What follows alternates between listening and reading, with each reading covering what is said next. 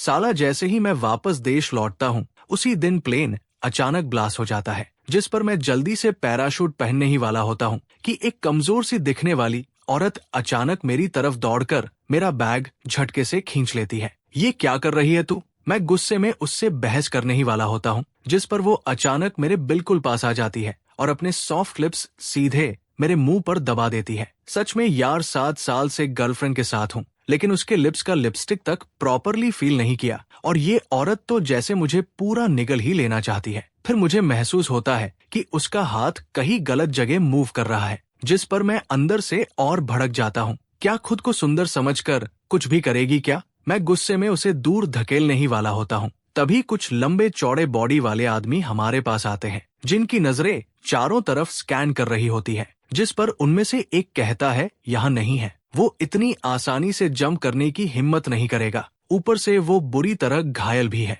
जरूर भीड़ में छुपा होगा। चलो आगे ढूंढते हैं। फिर वो लोग थोड़ी देर सर्च करते हैं और गुस्से में वहां से चले जाते हैं, जिसे देखकर मेरे मन में अजीब सा डर बैठने लगता है। इसके बाद एक और ग्रुप वहां आ जाता है और मैं देखता हूँ कि उनमें से एक आदमी अपना हाथ कपड़ों के अंदर डालता है, जिस पर मुझे शक होता है कि शायद उसके पास गन है। तभी एक खतरनाक नजर सीधे मेरी तरफ टिक जाती है, लेकिन वो आदमी बस एक नजर डालकर कहता है, बस एक कपल है जो बिछड़ने वाला है, कोई खतरा नहीं है। जिस पर मैं थोड़ा राहत की सांस लेता हूँ और उसी समय नोटिस करता हूँ कि उस औरत का चेहरा पैराशूट से आधा छुपा हुआ है, जिससे उसकी आइडेंटिटी भी छुप जाती है। वो आदमी फिर कहता है, अगर इस बार हम फेल हुए तो ऊपर वाले हमें नहीं छोड़ेंगे, हमें और तेजी से ढूंढना होगा और ब्लैक ड्रैगन गैंग से पहले उसे पकड़ना होगा। ये सब सुनकर मुझे हंसी भी आती है। क्या अजीब लोग हैं इस प्लेन में, हर कोई किसी को ढूंढ रहा है और ये औरत अभी भी मुझे यूज कर रही है।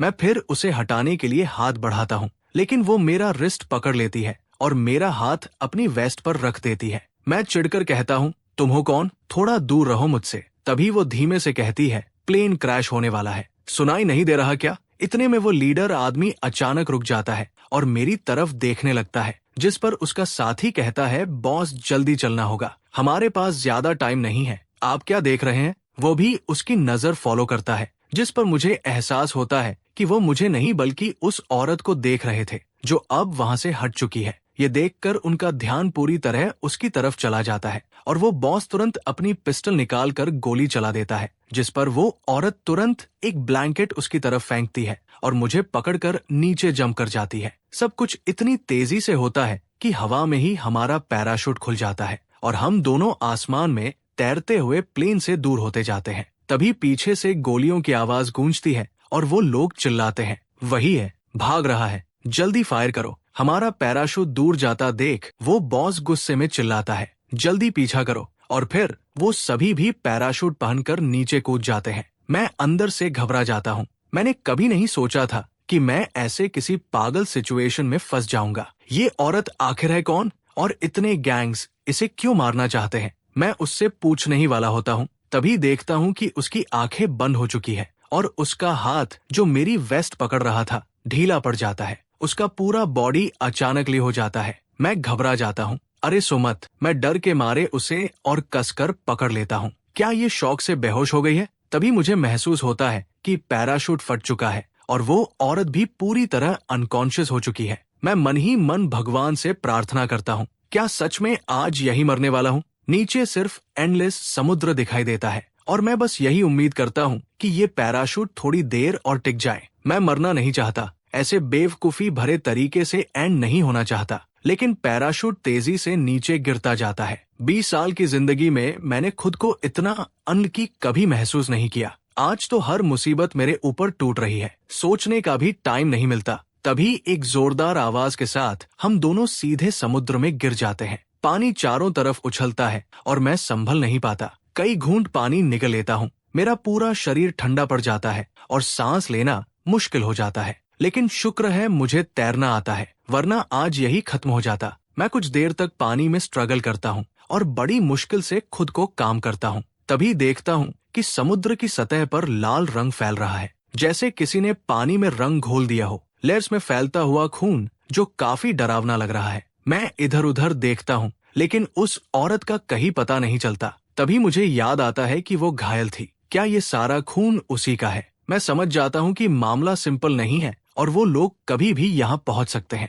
अगर मैं इसमें फंस गया तो बड़ी मुसीबत हो जाएगी, लेकिन अगर उसे नहीं बचाया तो वो जरूर मर जाएगी। दोनों थॉट्स मेरे दिमाग में लड़ते रहते हैं और आखिर में मैं आंखें बंद करके पानी में डब कर जाता हूँ। मैं जल्दी से उसे ढूंढ लेता हूँ और पूरी ताकत लगाकर उसे ऊपर खींचता हूँ और फिर किनारे तक लेकर आता हूँ। मुझे नहीं पता ये जगह कौन सी है, लेकिन घरों के बाहर लटके फिशिंग नेट्स देखकर लगता है ये कोई फिशिंग विलेज है। मेरी नजर एक घर पर टिकती है जो सबसे पास होता है और मैं तुरंत मदद लेने का फैसला करता हूँ। मैं उस औरत को जमीन पर रखता हूँ और कहता हूँ मैं अभी वापस आता हूँ। फिर मैं उस घर के दरवाजे पर जाकर नॉक करता हूँ। कोई है क्या? प्लीज मदद चाहिए। हेलो, कोई है? दरवाजा खोलिए। थोड़ी देर बाद दरवाजा चरमरा कर खुलता है और एक बूढ़ी औरत सामने आती है जो आराम से चाय पी रही होती है। मैं जल्दी से कहता हूँ नमस्ते, मेरा प्लेन क्रैश हो गया है और एक औरत बुरी तरह घायल है, क्या आप मदद कर सकती है? वो औरत शांति से चाय पीते हुए समुद्र किनारे पड़ी बॉडी को देखती है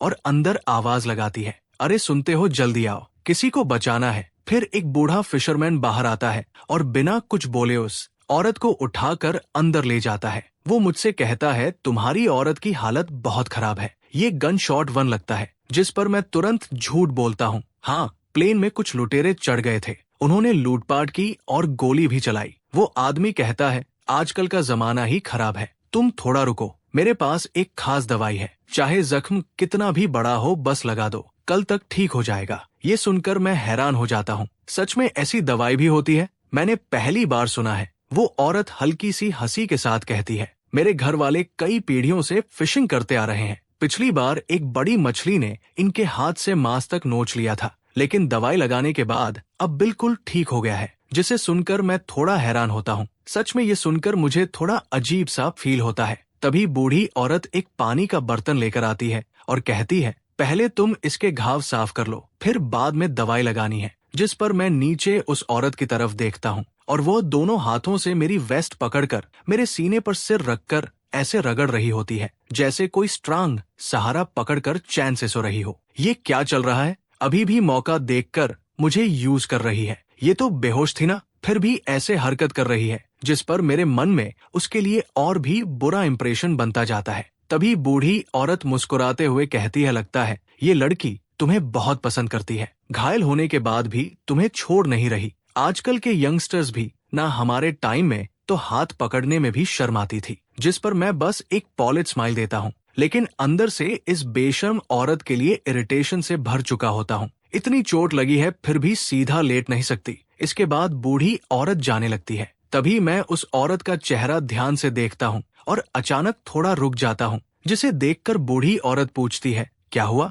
मैं मन में सोचता हूँ ये औरत कहीं कोई बड़ी आइडेंटिटी तो नहीं? क्या इस छोटे से गांव में भी कोई इसे पहचान सकता है? फिर मैं पूछता हूँ दादी क्या आप इसे जानती हैं? जिस पर वो थोड़ी देर सोचती है और बुदबुदाती है, थोड़ी जानी पहचानी लगती है, कहीं देखा है शायद। क्या ये कोई वांटेड क्रिमिनल तो नहीं जो टीवी पर आता रहता है, या कोई भागा हुआ कैदी? ये सुनकर मैं भी सोच में पड़ जाता हूँ। सच में इसके पीछे लोग पड़े थे, शायद ये कम से कम 2 गैंग से दुश्मनी रखती है। मैं तुरंत कहता हूँ दादी ध्यान से याद कीजिए, ये मेरी जान का सवाल है, अगर ये डेंजरस हुई तो मैं तुरंत पुलिस को इन्फॉर्म कर दूंगा। जिस पर वो सिर हिलाती है, मुझे याद नहीं आ रहा, लेकिन तुम दोनों शहर के लगते हो, इतने अच्छे दिखते हो जैसे कोई सेलिब्रिटी कपल हो। मैं हल्की हंसी के साथ कहता हूँ ऐसा कुछ नहीं है, कौन सा सेलिब्रिटी हमारी हालत में होता है। फिर वो मुझे दवाई देकर कहती है इसे इसके घाव पर लगा देना और खाना खाने के बाद मैं तुम्हें बुलवा लूंगी। मैं उन्हें थैंक्स बोलता हूँ और वह दोनों बाहर चले जाते हैं। जिसके बाद मैं उस औरत की तरफ देखता हूँ और हल्के से उसके माथे पर उंगली मारता हूँ। वो धीरे से कराहती है जैसे दर्द वाली जगह छू गई हो। उसकी भौहें सिकुड़ जाती है और उसके शरीर से काला खून रिसने लगता है जो उसके सीने से लगातार बह रहा होता है। हालांकि मैं ज्यादा विलिंग नहीं होता, फिर भी मैं उसका कपड़ा हटाकर घाव साफ करने लगता हूँ, सिर्फ इसलिए क्योंकि मैं नहीं चाहता कि वो यहाँ मर जाए और बात बड़ी बन जाए। उसका अपर बॉडी साफ करते करते पानी पूरा गंदा हो जाता है, जिस पर मैं बाहर जाकर नया गर्म पानी लेकर आता हूँ। अब मैं नीचे साफ करने ही वाला होता हूँ, लेकिन जैसे ही हाथ उसके कपड़ों तक पहुँचता है मैं हेजिटेट करता हूँ। बस हल्का सा साफ करना है, इसमें डरने वाली क्या बात है? लेकिन ये कपड़े इतने टाइट है, उतारूं कैसे? मैं काफी देर तक स्ट्रगल करता हूँ, तभी अचानक एक ठंडी आवाज आती है, क्या कर रहे हो तुम? मैं चौंक जाता हूँ और वो मेरा कॉलर पकड़कर मुझे अपनी तरफ खींच लेती है, जिस पर मैं उसके घाव पर दब जाता हूँ। मैं तुरंत कहता हूँ सॉरी, मैंने जानबूझकर नहीं किया और जल्दी से खड़ा हो जाता हूँ। गलत मत समझो, मैं बस तुम्हारी मदद कर रहा था। उसकी नजरें देखकर लगता है वो कुछ और ही सोच रही है, जिस पर मैं जल्दी से एक्सप्लेन करता हूँ, तुम्हारे कपड़े खुल नहीं रहे थे। उसकी आंखों में एक अजीब सी स्माइल आती है और वो कहती है, क्या देखना चाहते थे? उसकी ये बात सुनकर मेरे रोंगटे खड़े हो जाते हैं और मैं तुरंत कहता हूँ, ऐसा कुछ नहीं है, मेरी गर्लफ्रेंड है, मैं कोई गलत इरादा नहीं रखता। जिस पर वो हंसते हुए कहती है, कपड़े खोलना भी नहीं आता, फिर भी गर्लफ्रेंड है। मैं शर्म और गुस्से में कहता हूँ, हर रिलेशनशिप में ये सब जरूरी नहीं होता, हम दोनों काफी प्योर है। वो हल्का सा मुस्कुराती है और कहती है, तभी तो प्लेन में तुम्हारा किस इतना बेकार था, साफ दिख रहा था कि तुम्हारा फर्स्ट किस है। ये सुनते ही मैं और चिढ़ जाता हूँ। इतने सालों से मैं अपना पहला किस अपनी गर्लफ्रेंड के लिए बचा कर रखता हूँ और इस औरत ने उसे ऐसे ही छीन लिया। मैं गुस्से में कहता हूँ, मुझे तुम्हारी ओपिनियन नहीं चाहिए। वो हल्के से मुस्कुराती है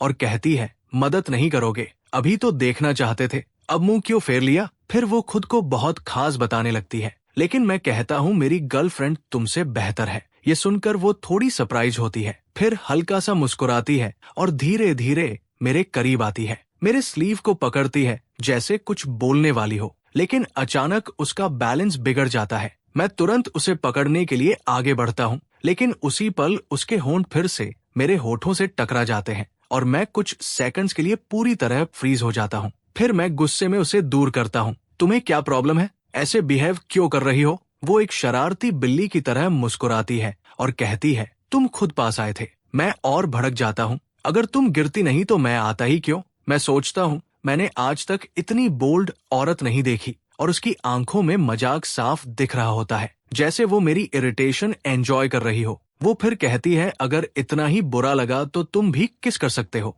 मैं कुछ बोल पाता उससे पहले वो फोन मांगती है, फोन दो, मुझे देखना है। मैं अंदर ही अंदर सोचता हूँ, ये औरत आखिर है कौन? जितना देखता हूँ उतना ही लगता है ये कोई क्रिमिनल है। तभी दरवाजे पर नॉक होता है। अरे नौजवान, खाना तैयार है और तुम्हारी औरत भी जाग गई क्या? ये सुनकर मैं अंदर ही अंदर चिल्लाता हूँ, ये मेरी औरत नहीं है, लेकिन बाहर से कहता हूँ, हम अभी आते हैं, धन्यवाद। तभी वो औरत जानबूझकर कहती है, तुमने अभी तक मुझे दवाई नहीं लगाई, जैसे किसी तीसरे को सुनाना चाहती हो। जिस पर मैं उसे घूर कर देखता हूँ, जैसे कहना चाहता हूँ, खुद भी तो लगा सकती हो। अरे नौजवान, इतना टाइम हो गया फिर भी तुमने अपनी लड़की को दवाई नहीं लगाई क्या? जल्दी करो वरना घाव और खराब हो जाएगा। पहले एंटीसेप्टिक से घाव साफ करना, फिर उसके बाद पाउडर डालना। मैं तुम दोनों को डिस्टर्ब नहीं करती, दवाई लगाकर बाहर खाना खाने आ जाना। ये कहकर वो दरवाजा बंद कर देती है, जिस पर मैं उस औरत को घूर कर देखता हूँ और वो हल्का सा मुस्कुरा कर सिर हिला देती है,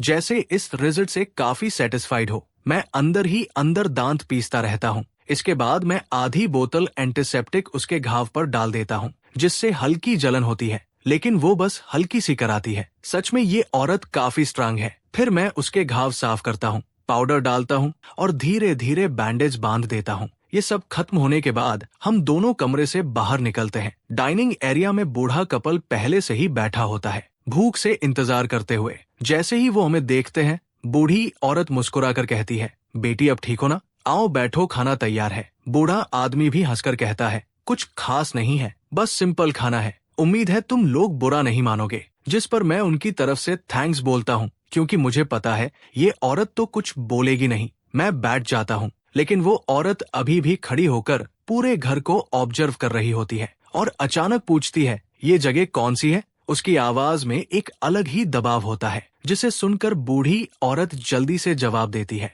ये एक फिशिंग विलेज है साउथ सिटी के बॉर्डर पर। जिस पर वो कहती है, साउथ सिटी सुना है, ईस्ट सिटी से करीब 10 घंटे दूर है। फिर वो तुरंत कहती है, मेरा फोन दो। बूढ़ी औरत जवाब देती है, यहाँ मोबाइल नहीं चलता, टाउन में एक लैंडलाइन है, कल मेरे पति तुम्हें वहाँ ले जाएंगे, करीब 2 घंटे लगेंगे। वो आगे बताती है कि यहाँ कोई कम्युनिकेशन सिस्टम नहीं है, 3 पीढ़ियों से वो लोग फिशिंग कर रहे हैं और बाहरी दुनिया से ज्यादा कॉन्टेक्ट वक्त नहीं रखते। मैं उसे इशारे से बैठने को कहता हूँ और वह भी बिना आर्ग्यू किए मेरे पास बैठ जाती है। टेबल पर सिंपल खाना रखा होता है, एक फिश और फिश सूप। बर्तन पुराने और टूटे फूटे होते हैं, लेकिन साफ होते हैं। लगता है सालों से यूज हो रहे हैं, जिस पर वो औरत खाना देखकर एपिटेट खो देती है।